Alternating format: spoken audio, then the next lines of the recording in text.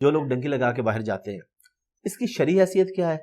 شرعی حیثیت سے مراد یہ ہے کہ اب وہ جو وہاں جا کے خاص طور پہ اگر وہ کشتی میں جس طرح لوگ فوت ہو گئے، اب ان کے کیا وہ شہید ہیں، وہ خودکشی ہے، وہ عام موت ہے، اور اگر کوئی اس طرح جاتا ہے تو شریعت اس کو کیا کہتے ہیں، اس کی کمائی حلال ہے حرام ہے، اس کا جانا ٹھیک ہے کہ نہیں ٹھیک؟ دیکھیں اس وقت جو دنیا عہد کے اندر پابند ہو چکی ہے اقوام متحدہ کے انڈر، اس عہد کی پاسداری تو سب پہ لازم ہے. ٹھیک ہے. قرآن میں سورہ بنی اسرائیل میں جو 10 کمانڈمنٹس آئی ہیں ان میں سے ایک کمانڈ یہ ہے کہ عہد کو پورا کرو، اس کے بارے میں تم سے سوال کیا جائے گا. ٹھیک ہے. اور مسند احمد کی حدیث ہے جو عہد پورا نہیں کرتا اس کا کوئی دین ہی نہیں ہے. ہاں اگلے زمانوں کے اندر جب ملکوں کی باؤنڈریز اس طرح نہیں تھیں، امپائرز تھیں، ایک امپائر کے اندر اتنی بڑی بڑی پھیلی ہوئی امپائرز میں آپ ایک علاقے سے دوسرے علاقے میں سفر کرتے تھے اچھی خوراک کے لیے، سبزے کے لیے، وہ تو ٹھیک تھا. لیکن اب چونکہ پراپر کنٹریز بن چکے ہیں سیکنڈ ورلڈ وار کے بعد، اور ہم ان تمام باؤنڈریز کے اندر پابند ہیں. اگلے زمانوں میں چیزیں یہاں سے وہاں لے کے جانا تجارت ہوتا تھا، آج کل وہ سمگلنگ شمار ہوتا ہے، اور یقیناً اس چیز کو فالو کرنا ہوگا ورنہ دنیا کی اکانومی اس طرح چل نہیں سکتی. ٹھیک ہے. ہم پوری دنیا کو نیکی کا بھاشن دیں، انہیں عہد کی پاسداری کا سبق سکھائیں، اور مسلمان ہونے کے اوپر فخر محسوس کریں، اور پھر ڈنکی لگا کے اس طریقے سے غیر قانونی طریقے سے جائیں، تو بالکل غلط ہے. اس کی تو اسلام میں کوئی حیثیت نہیں ہے. ٹھیک ہے کہ اس کا کوئی جواز نکالا جائے. ٹھیک. اب رہا جو لوگ اس طریقے سے فوت ہو جاتے ہیں، اب انہیں ہم حرام موت تو نہیں کہہ سکتے، لیکن ظاہر ہے کہ وہ شہادت والی جو موت ہے جو بخاری مسلم میں آئے کہ 5 طرح کے لوگ شہید ہیں طاعون کے مرض میں، اس طریقے سے دیوار کے نیچے دب کے، زلزلے میں، پانی میں ڈوب کے، آگ میں جل کے، تو اس میں بہرحال یہ کسی کیٹیگری میں تو فال کرتا ہے. لیکن پھر اس میں یہ چیز بھی دیکھی جائے گی، اگر کوئی شخص کسی غلط سفر کے لیے کوئی سمگلنگ کر رہا ہے، ہیروئن سمگل کر رہا ہے کسی لانچ کے ذریعے، بوٹ کے ذریعے، اور وہ پانی میں ڈوب جاتا ہے، تو ظاہر ہے اسے شہید تو نہیں کہا جائے گا. یہ معاملہ اللہ کے سپرد کر دینا چاہیے کہ اس کے کیا حالات و واقعات تھے، اسے سمجھ تھی نہیں تھی. لیکن جو لوگ اس طریقے سے جا رہے ہیں ہم اسے بالکل کنڈیم کرتے ہیں. اس کا اینڈ رزلٹ بھی آپ کو نظر آ رہا ہے.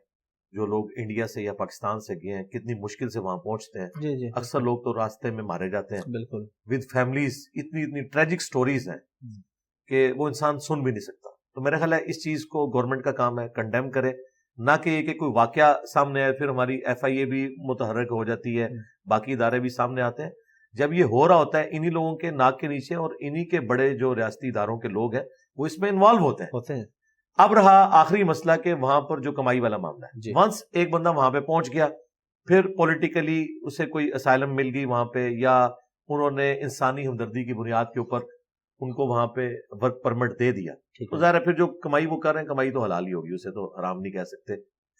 البتہ جو لوگ چوری چھپے کام کر رہے ہوتے ہیں یورپ میں، امریکہ میں، اور اس میں وہ تنخواہ بھی کیش میں لیتے ہیں، بینک کے تھرو نہیں لیتے، تاکہ وہ ٹیکس مالک بھی بچا لے، تو یہ تو بھائی جرم ہے، اسے کون صحیح کہے گا. صحیح مسلم میں حدیث ہے، گناہ وہ جو تیرے دل میں کھٹکے اور تو اس بات سے آر محسوس کرے کہ لوگ اس کے اوپر مطلع ہو جائیں.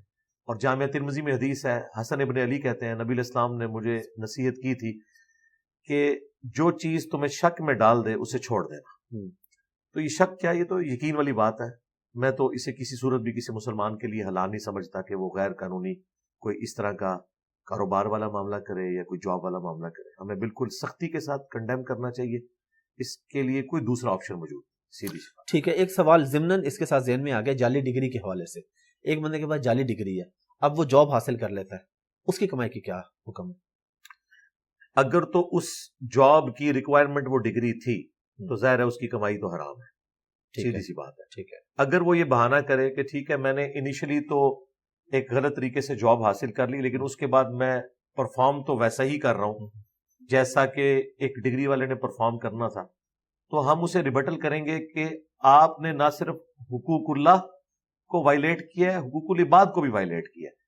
جس شخص نے اتنی محنت سے رقم لگا کے وقت لگا کے ڈگری حاصل کی اور اس کا حق تھا وہ نوکری حاصل کرنا، آپ نے جعلی ڈگری کے ذریعے نہ صرف اس کا حق مارا ہے بلکہ آپ نے جو نیشن کے ٹیکسز کے اوپر ان اداروں کی تنخواہیں دی جاتی ہیں جو آپ جیسے لوگوں کے لیے نہیں ہیں، آپ پوری نیشن کے مجرم ہیں. یہ آپ نہیں کہہ سکتے کہ میں وہ کام تو پرفارم کر رہا ہوں. بھائی یہاں پہ تو اکثر سرکاری اداروں میں جو کام سینئر آفیسرز کر رہے ہیں نا, وہ میرے خیال ہے ان سے بہتر ان پڑھ لوگ کر سکتے ہیں, لیکن بال وہ جسٹیفائی تو پھر بھی نہیں ہوں گے, کیونکہ گورنمنٹ کی ریکوائرمنٹ یہ ہے کہ اس ڈگری والا بندہ یہ کام کرے گا. دین کے کام میں تو ہے بلغوا عنی ولو آیا, ایک آیت بھی آتی ہے آپ نے آگے پہنچانی ہے, ٹھیک ہے, جو صحیح بخاری میں حدیث ہے, اور قرآن میں ہے کنتم خیر امت اخرجت للناس تأمرون بالمعروف وتنہون عن المنکر, کہ بہترین امت ہو جو لوگوں کے نفع کے لیے نکالے گئے. اور اسی کی بنیاد کے اوپر ہماری یہ تمام تبلیغی جماعتیں بنی ہیں, خواہ وہ دعوت اسلامی ہو یا دعوت و تبلیغ کا کام ہو, تبلیغی جماعت کا, اس میں سارے علماء تو نہیں ہیں, 99.9% لوگ عوام الناس ہیں. بالکل. وہاں ڈگری کا معاملہ نہیں, وہاں پہ آپ نے جو دین سیکھا وہ امت کی ذمہ داری آگے پہنچانا. لیکن جہاں پہ ڈگری شرط ہے, اب میں آپ کو بتاؤں, حالانکہ میں نکاح طلاق کے مسائل علماء سے بہتر بتا سکتا ہوں, لوگوں کو بتاتے ضرور ہے, فتویٰ ہم نہیں دیتے, ہم کہتے ہیں آپ ادارے کی طرف رجوع کریں جو اتھرائز ہے, جو آپ کو ریٹرن میں فتویٰ. جہاں مجھے پتا ہے کہ یہاں پہ اب ایک ریٹرن چیز آ گئی. مثلا اگر آپ کسی عالم دین کے پاس جائیں جس کے پاس ڈگری بھی ہو, اگر اس کے پاس نکاح کا رجسٹر نہیں ہے, وہ نکاح پڑھا تو سکتا ہے, اسے رجسٹر اپنے پاس نہیں کر سکتا, اس کے لیے آپ کو نکاح رجسٹرار کو بلانا پڑے گا. تو آپ نے نارمز کو فالو کرنا ہے, آپ نے یہ نہیں کہنا کہ اگلے زمانوں کے اندر تو یہ رجسٹر نہیں ہوتے تھے. بھائی اگلے زمانوں میں نہیں ہوتے تھے, لیکن ان زمانوں کے اندر لوگ گواہی چھپایا بھی تو نہیں کرتے تھے. آج اگر رجسٹریشن نہ ہو تو میاں بیوی میں اگر کل کو کوئی جھگڑا ہو تو وہ خامند انکار کر دے کہ یہ تو میری بیوی نہیں ہے, یا بیوی جو ہے اس کے اوپر کیس بنا دے کہ اس نے مجھے اغوا کیا, تو پھر آپ کیا کریں گے؟ پھر اگر اس کی ڈیتھ ہو جائے تو وراثت کو آپ کس طریقے سے تقسیم کریں گے؟ یہ ساری کی ساری چیزیں جڑی ہوئی ہیں.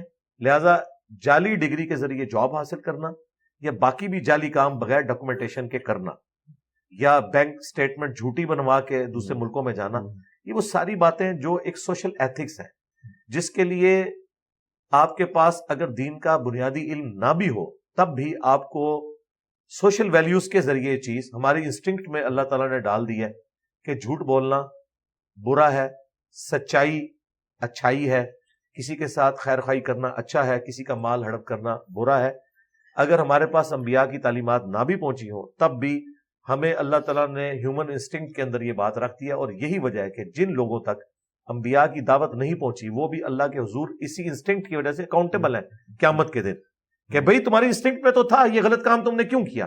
وہ یہ بہانہ نہیں کر سکتا کہ میرے تک نبیوں کی دعوت نہیں پہنچی. نبیوں کی دعوت جو ہے وہ نور علی نور ہے, اس کے بغیر بھی ہم اکاؤنٹیبل ہیں. میں اکثر کہتا ہوں کہ ہالی ووڈ کی فلم کے اینڈ کے اوپر بھی اچھائی کی جیت دکھائی جاتی ہے, ویلن کو ہمیشہ نیگیٹو کردار دکھایا جاتا ہے.